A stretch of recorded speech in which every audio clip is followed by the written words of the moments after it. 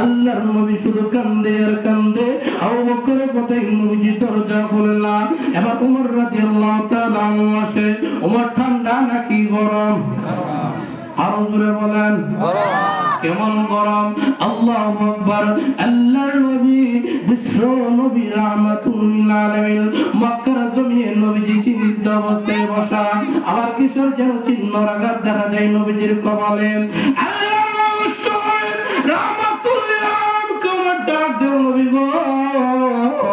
এই মক্কার জমিনে আপনি নবী কেন চিন্তিত অবস্থায় বসা গো নবী? আল্লাহর নবী বিশ্ব নবী রাহমাতুল আলামিন ডাক দেয়, ওমর এই মক্কার জমিনে আমি নবী এই জন্য চিন্তিত অবস্থায় বসা রে ওমর, এই মক্কার জমিনে আমি নবীকে প্রকাশ সাজান দিতে দেই না, এই জন্য আমি নবী চিন্তিত অবস্থায় বসা রে ওমর।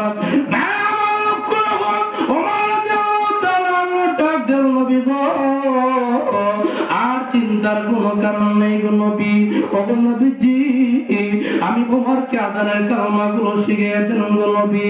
এমন কোন পাহলওয়ান নেই গো নবী, এমন কোন নওজোয়ান নেই গো নবী। আমি ওমর যতদিন মক্কার জমিনে বেঁচে থাকবো গো নবী, আপনি নবীর শরীরে ফুলে টোয়া দেওয়ার মতো এমন কোন নওজোয়ান এই মক্কার জমিনে জন্মগ্রহণ করবে। আল্লাহু আকবার জোরে বলেন। আল্লাহ নবী বিশ্ব নবী রাহমাতুল আলামিন আযানের কালমাগুলো যখন শিখিয়ে দিলেন, ওমর রাদিয়াল্লাহু তাআলা আনহু ওই যে পাহাড়ের উপরে গিয়ে আযানের কালমাগুলো যখন দিতে লাগলেন, মক্কার কাফের মুশরিক বেঈমানদের লিডার আবু জাহেল ঘর থেকে দৌড়ায় বের হয়েছে। এমনি তাই ওই লোকটাকে ডাক দিয়ে বলল যা ঘর থেকে বের হয়েছেন আর সামনে বাড়িয়েন না।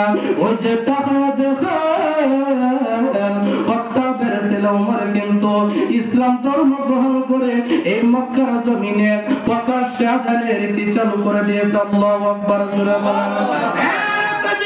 যা ঘর থেকে বের হয়েছে আর সামনে বাড়িয়েন না, সামনে যদি বাড়েন গো হত্যা বেড়েছিল ওমর, কিন্তু এই ঘরে ঢোকার আর সুযোগ দিবেন। আল্লাহু আকবার জোরে বলেন।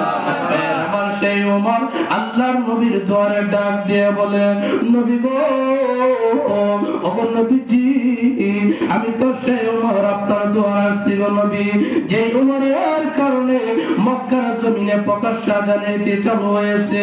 ওগো নবীজি আমি ওমরের কাছে খুলে বলবো গো নবী, যে আপনাকে আযাব দিয়েছে, যে আপনাকে কষ্ট দিয়েছে গো নবী, আমি ওমরের কাছে খুলে বলবো নবী, তার ব্যাপারে এমন ভাবে প্রতিশোধ নিব, তার মাথা আমি দেহ থেকে বিচ্ছিন্ন করে দিব। আল্লাহু আকবার জোরে বলেন।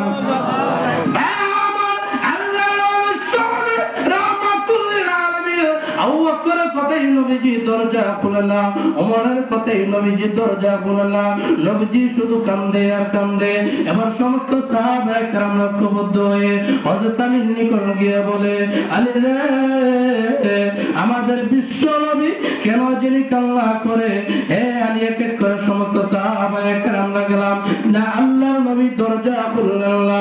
আলী রে আমাদের মনে হয় হাসান হুসাইনকে যদি ডাক দেয় আল্লাহর নবী বুঝি দরজা না খুলে আর ঠিক থাকতে পারবেন। আল্লাহু আকবার জোরে বলেন। আল্লাহর নবীর দুয়ারে ডাক দেয়, নানা গো ওগো নানাজি আমার মা ফাতেমা বহিরা বহিরা কান্দে। আল্লাহু আকবার জোরে বলেন। নাতির মায়া আছে না? আল্লাহু আকবার। যাদের নাতি আছে এরাই বুঝে নাতির কে তো মায়া। কি বলেন ঠিক কি না? হাসান হুসাইনকে যখন ডাক দেয় নানা গো, এক এক করে সমস্ত সাহাবায়ে কেরাম আসলো, আপনি নানা দরজা খুললেন না। আমার মা ফাতেমা বইরা বইরা কাঁদে। আল্লাহু আকবার। এই দৃশ্য দেখে আল্লাহ রাব্বুল আলামিন আরশ আজিম পর্যন্ত কান্না আরম্ভ করে দিয়েছে। সুবহানাল্লাহ। সুবহানাল্লাহ। আল্লাহ রাব্বুল আলামিন জিবরাইলকে ডাক দেয়, জিবরাইল আমার বন্ধুকে গিয়ে জিজ্ঞাসা করো আমার বন্ধু কেন কান্না করে। সুবহানাল্লাহ আছে না না? আরো করে আল্লাহ নবী কেন কান্না করে? আপনার আমার কল্পনা কি জল্পনা? আল্লাহ জানে কি জানে না? জানে না? আমার কথা আল্লাহ বলে ইন্নাহু আলিমুম বিযাতিস সুদূর।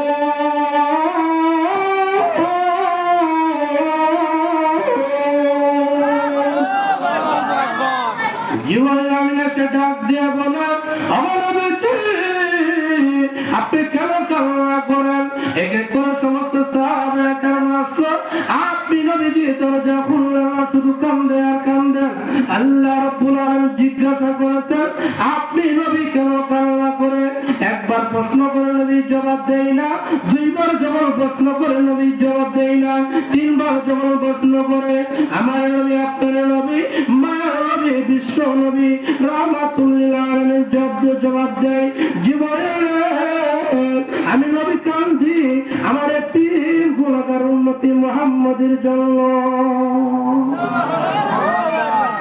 কেমন নবী আদর্শ চরিত্র আমরা গ্রহণ করব? এই নবী দুনিয়াতেও কাঁদছে, হাসরের ময়দানও কাঁদবে। আল্লাহু আকবার বলুন। কেমন নবীর উম্মত আমরা হইছি? এই নবী জান্নাত না যাওয়ার আগ পর্যন্ত কোন নবী জান্নাতে যাইতে পারত না। সুবহানাল্লাহ বলেন। এটা একটা মাদ্রাসার ওয়াজ। এই মাদ্রাসায় নবীর আদর্শ চরিত্র আছে না নাই? কোরআন তেলাওয়াত আছে না নাই?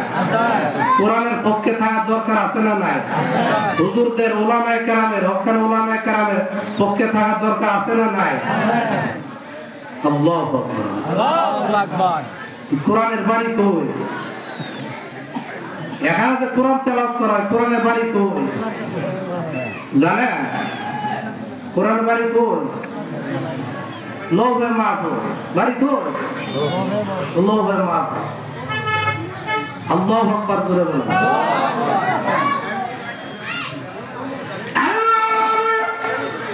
বিশ্বনবী রাহমাতুল লিল আলামিন হাসরের কঠিন ময়দানে সারিবদ্ধ হয়ে লাইনে যখন দাঁড়িয়ে যাবে, জমিটা তামা হয়ে যাবে, অর্ধ হাত সূর্য মাথার উপরে আসবে। কেমন অবস্থা হইব? মগজ থাকবো নাকি ভাগবো? এই জামগড় দেশে কিছুদিন আগে দেখছেন গরমে রাস্তার পিচ পর্যন্ত উঠে যা দেখছেন না? মগজ থাকবো নাকি ভাগবো? অর্ধ হাত সূর্য মাথার উপরে আসবে।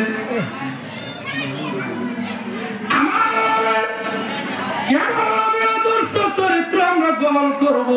আল্লাহর নবী বিশ্ব নবী রাহমাতুল লিল আলামিন ওই হাসরের কঠিন ময়দানে সিজদা করে কাঁদতে থাকবেন। আল্লাহু আকবার জোরে বলেন। আল্লাহ ডাক দিয়ে বলবেন নবী গো আর কত কাঁদবেন? দুনিয়ার জমিনে কাঁদছেন এবং কি দান দান মুবারক পর্যন্ত শহীদ করেছেন ইসলামের জন্য। আল্লাহু আকবার বলেন। আজকে আসরের কঠিন ময়দানে নবী গো আর কাঁদতে হবে না গো নবী, মাথা উঠান। আল্লাহু আকবার জোরে বলেন। আল্লাহ ডাক দিয়ে বলবেন ওগো নবীজি আজকে এই বিচারের কার্য আমি আল্লাহ আমার কাছে রাখি নাই, আমি আল্লাহ রব্বুল আলামিন কোরআনের কাছে সুপর্দ করে দিয়েছি। কোরআনকে যারা মেনেছে, হক্কানি উলামায়ে কেরামকে যারা মহব্বত করেছে ভালোবাসছে, মসজিদ মাদ্রাসাকে যারা মহব্বত করেছে ভালোবাসছে, এই কোরআন সুপারিশ করে তাদেরকে সোজা জান্নাতে নিয়ে যাইব। সুবহানাল্লাহ বলেন। ওই কঠিন ময়দানে আল্লাহ লৌহে মাহফুজকে ডাক দিয়ে বলবেন, লৌহে মাহফুজ রে, আমি আল্লাহর কোরআনটা ফেরত দিয়ে দাও। আমি আল্লাহ যে তোমার কাছে আমানত দিয়েছিলাম।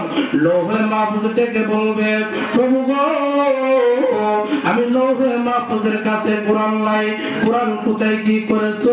লৌহে মাহফুজ বলবে, ওগো প্রভু, এই কোরআন জিবরাইল নিয়ে গেছে। আল্লাহ ডাক দিয়ে আমি আল্লাহর আমানতটা ফেরত দিয়ে দাও, আমি আল্লাহর কোরআনটা ফেরত দিয়ে দাও। জিবরাইল ডাক দিয়ে বলবে, ওগো প্রভু, আমি জিবরাইলের কাছে কোরআন নাই, কোরআন কোথায় কি করেছো?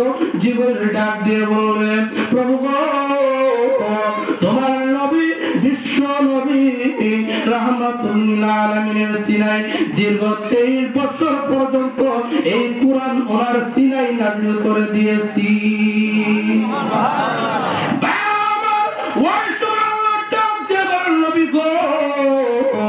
আপনার কাছে কোরআনের যে আমানত দেওয়া হয়েছিল, এই কোরআন কোথায় কি করেছেন?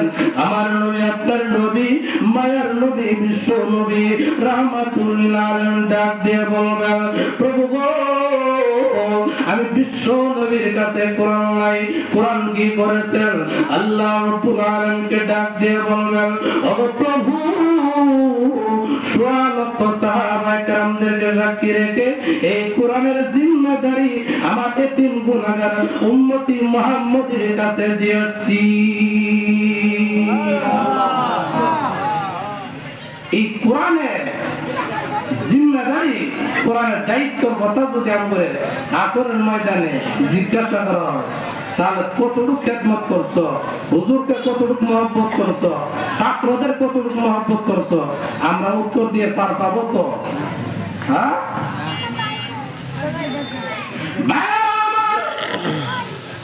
ওই যে আসরের কঠিন ময়দানে সারিবদ্ধ হয়ে যখন লাইনে দাঁড়িয়ে যাবে, আল্লাহ বলবেন, নবী গো, আর কাঁদবেন না, আজকে বিচারের কার্য আমি আল্লাহ কোরআনের কাছে সুপর্দ করে দিয়েছি।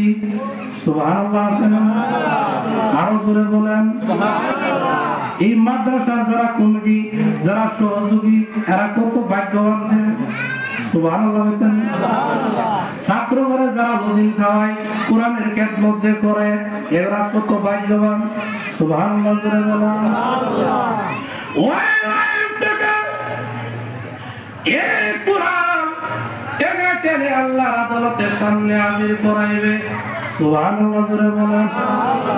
আল্লাহ ডাক দিয়ে বলবেন,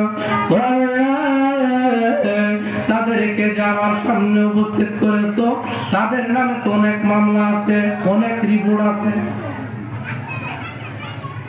কোরআন তখন দুই কথার এক কথা, আল্লাহ দুনিয়ার জমিনে তোমার এই বান্দা এই কোরআনকে মহব্বত করেছে, মাদ্রাসাকে মহব্বত করেছে, হক্কানি উলামায়ে কেরামকে মহব্বত করেছে। আল্লাহু আকবার জোরে বলেন। তোমার এই বান্দা কোরআনের বিধান ঠিক রাখার জন্য দুনিয়ার জমিনে জীবন দেওয়ার জন্য প্রস্তুত ছিল। আল্লাহু আকবার জোরে বলেন। প্রভু গো, দুনিয়ার জমিনে তোমার এই বান্দা যেমনি ভাবে তোমার কোরআনকে আঁকড়িয়ে ধরেছিল, মহব্বত করেছিল, ভালোবেসেছিল, মাদ্রাসাকে মহব্বত করেছে, হক্কানি উলামায়ে কেরামকে মহব্বত করেছে, মাদ্রাসার ছাত্রকে মহব্বত করেছে। প্রভু গো, একটা সেকেন্ডের জন্য এই কোরআনের মহব্বত অন্তর থেকে ভুলে নাই। আল্লাহ দুনিয়া জমিনে যেমনি ভাবে মহব্বত করেছে, দুনিয়ার জমিনে বিপদের সম্মুখীন হয়ে তার অনেক মানুষ বের হয়েছে। আজকে এই আসরের কঠিন ময়দানে বিপদের দিনে তার যে আর কেউ নাই। আল্লাহু আকবার জোরে বলেন। যেমনি ভাবে আল্লাহ তোমার কোরআনকে আঁকড়িয়ে ধরার জন্য অনেক মহব্বত করেছে, ভালোবাসছে। প্রভু যতক্ষণ পর্যন্ত তার ব্যাপারে জান্নাতের ফয়সালা না হবে, ততক্ষণ পর্যন্ত আমি কোরআনের একটা কদম জান্নাতের দিকে অগ্রসর হব। আল্লাহু আকবার। আল্লাহ তো ডাক দেব, বলবার পরে আমি আল্লাহ রব্বুল আলামিনের কালাম যে তুই তোর কথা আমি কেমনে অস্বীকার করি যার যা কুরআন তুই যাকে ধরেছো আমি আল্লাহ রব্বুল আলামিন ঘোষণা দিলাম তাদেরকে নিয়ে তুমি একসাথে জান্নাতে চলে যাও। কোরআনের খেদমত দরকার আছে না না? মাদ্রাসা মহব্বত দরকার আছে না না? অনেকেই বলি হুজুরা খায় আর ঘুমায়, আছে না না? এরকম মুসল্লি আছে না না? আরে ভাই এরা 24 ঘন্টা কোরআন তেলাওয়াতের কোরআনের মস্কের মধ্যে লেগে থাকে। আল্লাহু আকবার। এটা কত একটা বড় একটা আমল, এলাকার লাগে কত একটা রহমত মাদ্রাসা। আল্লাহু আকবার বলে। এই মাদ্রাসা মধ্যে খেয়াল রাখার দরকার আছে না নাই? আরো জোরে বলে আল্লাহ। একটা সন্তান হইলো এই মাদ্রাসায় দিবেন তো ইনশাআল্লাহ। অনেকে বলবেন হুজুর সন্তান যে নাই, সন্তান না থাকলে নাতি হইলেও দিবেন। কারণ আপনার মনে হল 4টা সন্তান আছে, কয়টা সন্তান? 4টা সন্তান। একটা সন্তানকে আপনি নরসিংদী জেলা না, নরসিংদী জেলা প্রশাসক বানাইছেন, আর একটা সন্তানকে আপনি ইঞ্জিনিয়ার বানাইছেন, আর একটা সন্তানকে আপনি ডাক্তার বানাইছেন, আর একটা সন্তান আপনি এই যে পয়সাখালী দারুল উলুম ইসলামিয়া হাফিজা মাদ্রাসায় দিয়েছেন। আল্লাহু আকবার জোরে, আরো জোরে আল্লাহু আকবার।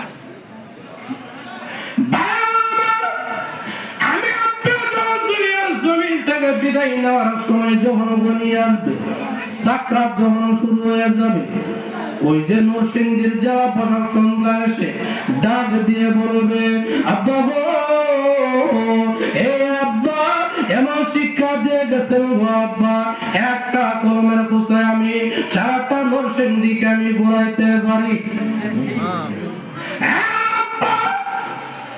যে শিক্ষা দিয়ে গেছেন গো আব্বা মাফ করে দিবেন গো আব্বা, সারাটা নরসিংদীকে আমি ঘুরাইতে পারি।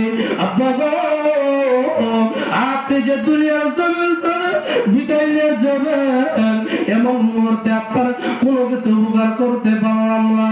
ভাইয়ের আমার এই ছেলেটা এরকম যোগ্যতা সম্পন্ন হওয়ার পরও আপনি দুনিয়ার জমিন থেকে বিদায় নেওয়ার মুহূর্তে কোনো কাজে আসুন নাকি বলুন ঠিক কিনা?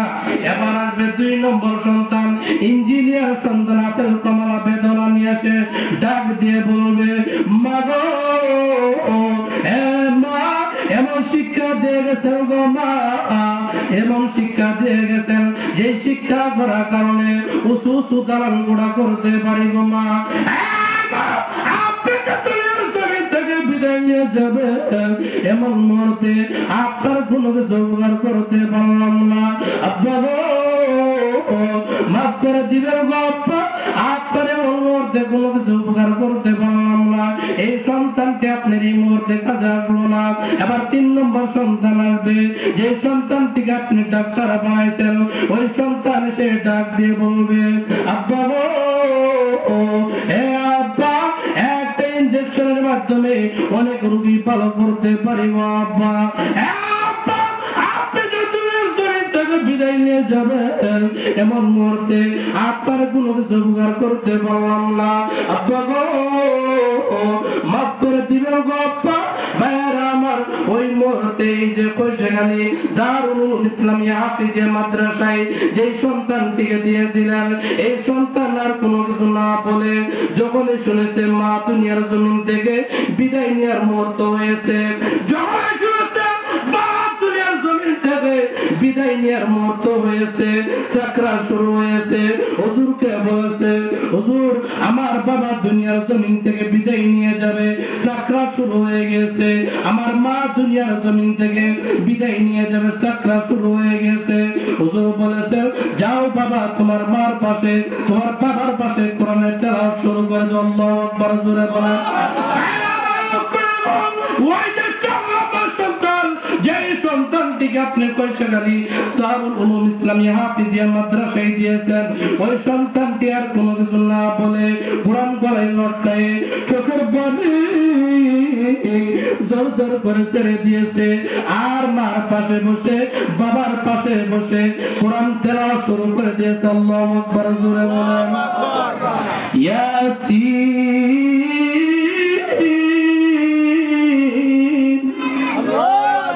এইভাবে যখন কোরআনের তেলাওয়াত শুরু করে দিয়েছে আল্লাহ ডাক দিয়ে বলেন ফেরেশতারা রে তোমরা সাক্ষী দাও তার চারটা সন্তান ছিল, চারটা সন্তান এক এক করে সমস্ত সন্তান আছে, তোমরা সাক্ষী দাও ওই যে 4 নম্বর সন্তান যে সন্তানটিকে মাদ্রাসায় দিয়েছিল এই সন্তান আর কোনো কিছু না বলে আমি আল্লাহ রাব্বুল আলামিনের কালামুল্লাহ তেলাওয়াত শুরু করে দিয়েছে। আমি আল্লাহ রাব্বুল আলামিন এই কালামুল্লাহ তেলাওয়াতের ওসিলা করিয়া আমি আল্লাহ রাব্বুল আলামিন তার আব্বা আম্মার तमाम জিন্দেগীর গুনাহ আমি আল্লাহ দুনিয়ার জমিনে মাফ করে দিয়ে দিলাম। ওই সময় বুঝবে মাদ্রাসা কতটুকু দরকার। হক্কানা উলামায়ে কেরাম কোরআনের মহব্বত, কোরআন কত দরকার আছে। সুবহানাল্লাহ বলেন না? সুবহানাল্লাহ। আরো জোরে বলেন সুবহানাল্লাহ। সুবহানাল্লাহ। হয়ে যাইতে পারে সুবহানাল্লাহ, আল্লাহ দরবার কবুল হলে আল্লাহ জান্নাত দিয়ে দিবে। সুবহানাল্লাহ জোরে বলেন না? সুবহানাল্লাহ। আল্লাহ কাল কিয়ামতের কঠিন ময়দানে একদল বান্দা বান্দীদেরকে আল্লাহ বলবে কোন হিসাব নাই, সোজা জান্নাতে যাও। সুবহানাল্লাহ। সুবহানাল্লাহ। আর আস্তে বল সুবহানাল্লাহ। সুবহানাল্লাহ। আরেক দল বান্দা বান্দীদেরকে আল্লাহ কইবে কোন হিসাব নাই, সোজা জাহান্নামে যাও। নাউযুবিল্লাহ। আমার কথা না, আল্লাহ বলেছে। আল্লাহ বলেন ফারিকুন ফিল জান্নাতি ওয়া ফারিকুন ফিস সাঈর।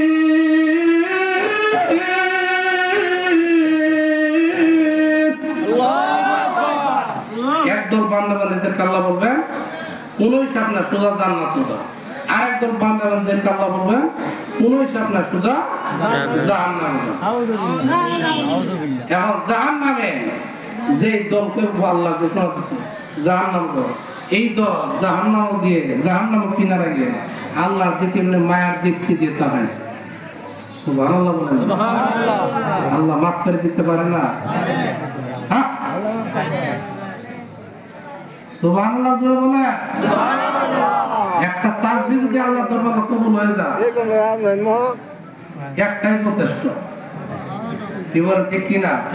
হ্যাঁ ঠিক। পুতের মতো পুত থাকলে একটাই কি একটাই যথেষ্ট। কি বলে হুজুর তো মাইকে সামনে তো মাইকে সামনে আল্লাহ বলবে তোরে জাহান্নামে পাঠাইছি আবার আমার দিকে এমনি তাকাচ্ছে। ওই বান্দা সুবহানাল্লাহ মায়াবী সুরে বলবে একটা মাইক নিচে দিয়ে দেখো প্রভু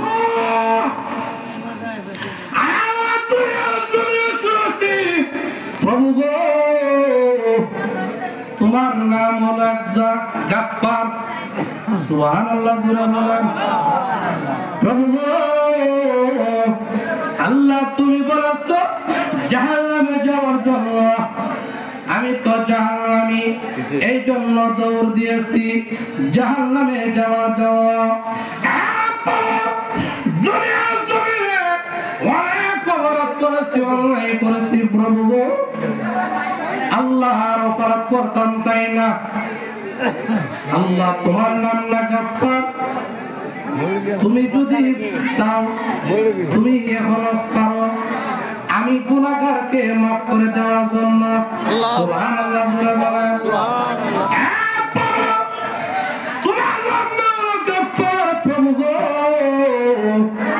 আল্লাহ তুমি ইচ্ছা করলো তুমি তোমার বান্দাকে রহমতের চাদর দ্বারা বেষ্টন করে আল্লাহ তুমি তোমার বান্দাকে জাহান্নামের নামটা কাটাইয়া জান্নাতি করে দিতে পারো। সুবহানাল্লাহ। কেমন বিশ্বাস? আল্লাহ রাব্বুল আলামিন ডাক দিয়ে বলবেন বান্দারে এই মুহূর্তে আমি আল্লাহ তোকে ঘোষণা দিয়েছি জাহান্নামে যাওয়ার জন্য।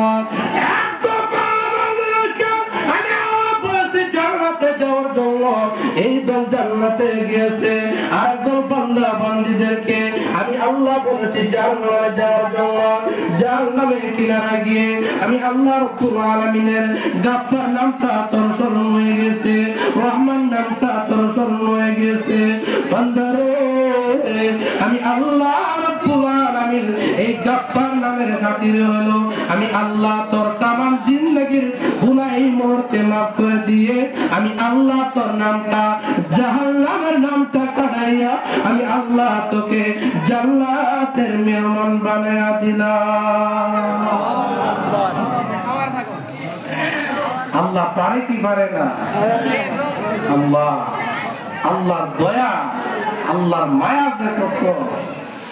আল্লাহকে আল্লাহ বলে যদি কেউ ডাক দেয় গভীর রজনীতে, কেউ না গভীর রজনীতে মসজিদে গিয়ে যদি কোন বান্দা বান্দি আল্লাহকে আল্লাহ বলে ডাক দেয় আর নিজের গুনাহকে নিজের অপরাধকে অনুতপ্ত হয়ে যদি আল্লাহর কাছে আল্লাহ আল্লাহ একটা ডাক দেয়, আল্লাহ আল্লাহ এরকম ভাবে যদি গভীর রজনীতে একাকিত্ব ভাবে কেউ যদি আল্লাহর কাছে অনুতপ্ত হয়ে লজ্জিত হয়ে আল্লাহ অপরাধ করেছি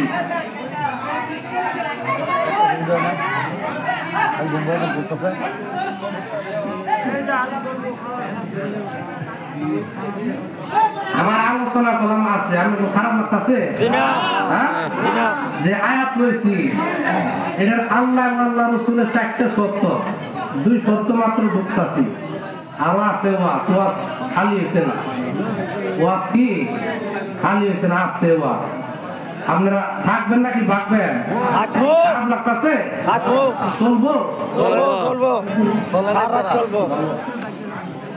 আপনাদের এলাকায় এমন একটা মাদ্রাসা পরিবেশ, হ্যাঁ হুজুরটা পাইছেন অত্যন্ত মুখলেস মানুষ, হ্যাঁ অনেক মুখলেস মানুষের কারণে মাদ্রাসার পরিবেশ, মাদ্রাসার সুন্দর, যেহেতু বিশেষ মেহমান আসছে তাদের অনেক কার্যবলী থাকে।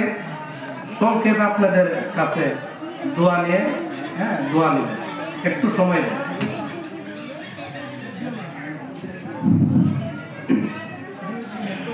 সম্মানিত উপস্থিতি, এ পর্যায়ে আপনাদের সম্মুখে আমাদের উক্ত মাহফিলে উদ্বোধকের প্রতিনিধি, ওনার পক্ষ থেকে প্রতিনিধি এসেছে, ওই কিছু কথা বলবেন, আমরা শুনি। বিসমিল্লাহির রহমানির রহিম। খোশাগাল দারুল উলুম ইসলামিয়া মাদ্রাসা আজকের এই ওয়াজ মাহফিলে আজকে উপস্থিত সম্মানিত সভাপতি জনাব আরিফুল ইসলাম উজ্জ্বল ভাই, আজকের এই ওয়াজ মাহফিলে প্রধান অতিথি নরসিংদী জেলা বিএনপি সাধারণ সম্পাদক জনাব আলহাজ মঞ্জুর আলাহি, আজকে প্রধান আকর্ষণ এই মুসলমান জাতির মাথার মুকুট, মাথার তাজ মাওলানা মুস্তাসিম ভিল্লাল নবীগঞ্জি, উপস্থিত অর্থ এলাকার মুসলিয়ান, পর্দার আড়ালে থাকা মা বোনেরা, সবার প্রতি সালাম, আসসালামু আলাইকুম ওয়া রাহমাতুল্লাহি ওয়া বারাকাতুহু। প্রথমে শুকরিয়া জ্ঞাপন করছি রাব্বুল আলামিনের নিকট, যিনি আমাদেরকে সুস্থতা দান করেছেন, যিনি আমাদেরকে শেষ নবীর উম্মত বানিয়েছেন, যিনি আমাদেরকে জান্নাতের সুসংবাদ দিয়েছেন, যিনি আমাদেরকে রিজিক ও রহমত দান করেছেন, যিনি আমাদেরকে আজকের এই ওয়াজ মাহফিলে এসে কোরআনের কথা শোনার তৌফিক দান করেছেন। শুকরিয়া জ্ঞাপন করে সবাই বলি আলহামদুলিল্লাহ। আমরা আজকে দ্বীনের কথা শোনার জন্য এখানে উপস্থিত হয়েছি। যারা ওয়াজে কেরাম আছেন তাদের কাছ থেকে শুনবো এবং সেগুলো আমল করার চেষ্টা করব, কিছু নিয়ে যাওয়ার চেষ্টা করব। তো আমি আজকে এখানে এসেছি আজকের এই ওয়াজ মাহফিলে যিনি উদ্বোধক জনাব শরীফুল ইসলাম শরীফ ভাই, হাজী রাজুমিয়া ফাউন্ডেশনের সম্মানিত প্রতিষ্ঠাতা, এবং উনি আমাদের এই আইপুর ইউনিয়নের কৃতি সন্তান, হিজুলিয়া গ্রামের সন্তান। তিনি জানেন আপনারা মালয়েশিয়া কুয়ালালামপুর মহানগর বিএনপির সম্মানিত সভাপতি, উনি মালয়েশিয়া প্রবাসী উনি আপনাদের ভালো রাখার জন্য সবসময় চেষ্টা করে মসজিদ মাদ্রাসায় দান করার জন্য এবং অসুস্থ মানুষের পাশে থাকার জন্য। উনি বরাবরই বলে থাকে যে আমি যত টাকাই উপার্জন করব তার একটা অংশ আমি আমার গ্রামবাসী, আমার যে আইপুর ইউনিয়ন, এই খৈশাখালী নোয়াদিয়া গ্রাম এবং পার্শ্ববর্তী যত গ্রাম আছে এই আইপুরের ভিতরে তাদেরকে সহযোগিতা করবে এবং দীর্ঘ সময় উনি সেগুলো করে আসছেন। সেটার প্রমাণ গত বছর এমন কোনো ওয়াজ মাহফিল নাই আইপুরের ভিতরে যেখানে তাকে অতিথি করা হয় নাই। উনি সবসময় চেষ্টা করেছেন পাশে থাকার জন্য, এখনো আপনাদের পাশে আছে। তারপরেও যদি আপনাদের যে কোনো সময় যে কোনো সহযোগিতার প্রয়োজন হয়, সেটা হয়তো কোনো মানুষের যদি টিউবওয়েলের প্রয়োজন হয়, ঘরবাড়ির প্রয়োজন হয়, কোনো অসুস্থ রোগীর যদি কোনো টাকা পয়সার দরকার পড়ে, আমরা ওনার প্রতিনিধি হিসাবে আছি, আমাদের কাছে বলবেন। উনি যদি ওনাকে যদি সবসময় নাও পান, উনি আপনাদের পাশে আছে, ওনার জন্য দোয়া করবেন, ওনার পরিবারের জন্য দোয়া করবেন। আল্লাহ যেন ওনাকে সুস্থতা দান করেন এবং আপনাদের পাশে থেকে সবসময় যেন আপনাদেরকে সহযোগিতা হাত বাড়িয়ে দিতে পারেন। আর আজকে এই কথা বলেই আজকে আপনারা ওয়াজ মাহফিলে সবাই খুব সুন্দর করে শুনবেন, যারা আজকে ওয়াজে কেরাম আছে তাদের কথা শুনবেন এবং আমল করার চেষ্টা করবেন। আজকে এই প্রোগ্রাম সফল ও সার্থক কামনা করে আমি আমার বক্তব্য শেষ করছি। আসসালামু আলাইকুম। আলহামদুলিল্লাহ বলি। এই গেটের মধ্যে যারা আছেন ভিতরে প্রবেশ করেন, সবাই ভিতরে প্রবেশ করেন। ওয়াজ মাহফিল এটা কোরআন হাদিসের আলোচনা, কি বলে ঠিক কিনা? আর এটা একটা আদব আছে, সাপ খেলা মাঠে কি বলে ঠিক কিনা? আদব আছে না? এই জন্য আমি অনুরোধ করবো যারা বাহিরে বন্ধুরা আছেন অতি সত্তর প্যান্ডেলের ভিতরে চলে আসুন। আমাদের সবাই একটু আগে বসি, পিছনে মনে জায়গা হয় না, এই জন্য মনে দাঁড়ায় সবাই একটু আগে বসি, সবাই একটু আগে বসে আগে সবাই একটু বরকত দেয়। বরকত দেবে কে? আর বরকত দিবে কে? আরো জোরে বলেন। আমাদের নবী আদর্শ চরিত্র ফিট করলে জায়গা আপনারা একটু শান্তি আর শান্তি, আমরা আদর্শ চরিত্র আমাদের মধ্যে নাই যায়, সমাজের শান্তি, রাষ্ট্রে অশান্তি।